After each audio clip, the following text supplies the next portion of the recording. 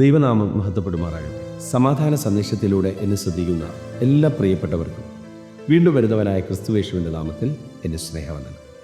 അപ്പോസ്തലനായ പൗലോസ് റോമ സഭയ്ക്ക് എഴുതിയ ലേഖനം 1-ാം അധ്യായം അതിൻ്റെ 1 മുതലുള്ള ഭാഗങ്ങളിൽ ദൈവം തൻ്റെ പുത്രനും നമ്മുടെ കർത്താവുമായ യേശു ക്രിസ്തുവിനെ കുറിച്ച് വിശുദ്ധ രേഖകളിൽ തൻ്റെ പ്രവാചകന്മാർ മുഖാന്തരം മുമ്പ് കൂട്ടി വാഗ്ദത്തം ചെയ്ത സുവിശേഷത്തിനായി വേർതിരിച്ചു വിളിക്കപ്പെട്ട അപ്പോസ്തലനും യേശു ക്രിസ്തുവിൻ്റെ ദാസനുമായ പൗലോസ് അപ്പോസ്തലൻ പറയുകയാണ്, ദൈവ നാമമഹത്വത്തിനായിട്ട്. പൗലോസ് റോമാ സഭയ്ക്ക് ലേഖനം കൈമാറുമ്പോൾ ആത്മാവിൽ എഴുതുമ്പോൾ പറയുകയാണ്, ദൈവത്തിൻ്റെ നാമമഹത്വത്തിനായിട്ട്, സുവിശേഷീകരണത്തിനായിട്ട്. എന്നെ കേൾക്കുന്ന പ്രിയരെ, അവിടെ ഒരു പദം കിടപ്പുണ്ട്, സുവിശേഷത്തിനായി വേർതിരിച്ചു വിളിക്കപ്പെട്ട അപ്പോസ്തലനും. അപ്പോൾ തന്നെക്കുറിച്ച് തന്നെ പറയുകയാണ്, ദൈവം എന്നെ വേർതിരിച്ച ഒരു അപ്പോസ്തലനാണ് ഞാൻ. ഈ സന്ദേശം കേൾക്കുമ്പോൾ പ്രിയരെ, നമ്മൾ 2025 അവസാനിച്ച് 26 പ്രവേശിക്കുകയാണ്.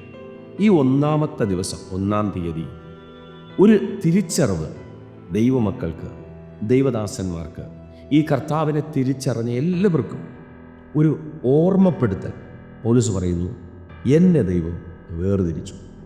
വേറെ കർത്താവിനെ അറിഞ്ഞ എല്ലാവരെയും കർത്താവ് വേർതിരിച്ചിരിക്കുക. അഴുക്ക് ചാലിലായിരുന്ന ഈ കർത്താവിനെ അറിയുന്നതിന് മുമ്പ് ലോകമോഹങ്ങൾക്ക് അകത്ത് കുടുങ്ങിക്കിടന്ന ഓരോ വ്യക്തികളെയും ധന്യനായ പൗലോസ് ഒരു ഭാഗത്ത് പറയുന്നുണ്ട്, ക്രൂശിക്കപ്പെട്ടവനായ ക്രിസ്തുവിനെ അല്ലാതെ മറ്റൊന്നും അറിയാത്തവനായി.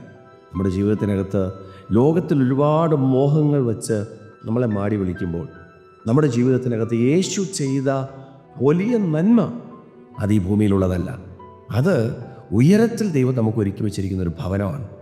യോഹന്നാൻ്റെ സുവിശേഷത്തിൽ കർത്താവ് പറഞ്ഞതുപോലെ, ഞാൻ നിങ്ങൾക്ക് സ്ഥലം ഒരുക്കാൻ പോകുന്നു, ഞാൻ പോയി സ്ഥലം ഒരുക്കി നിങ്ങളെ വീണ്ടും എൻ്റെ അടുക്കൽ ചേർക്കേണ്ടതിന് ഞാൻ മടങ്ങി വരും.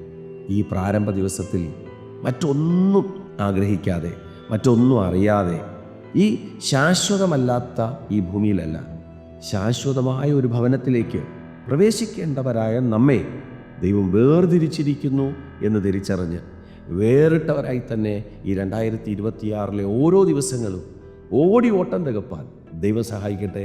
വിശ്വസിക്കുക, പ്രാർത്ഥിക്കുക. ദൈവം വിശ്വസ്തൻ. God bless U.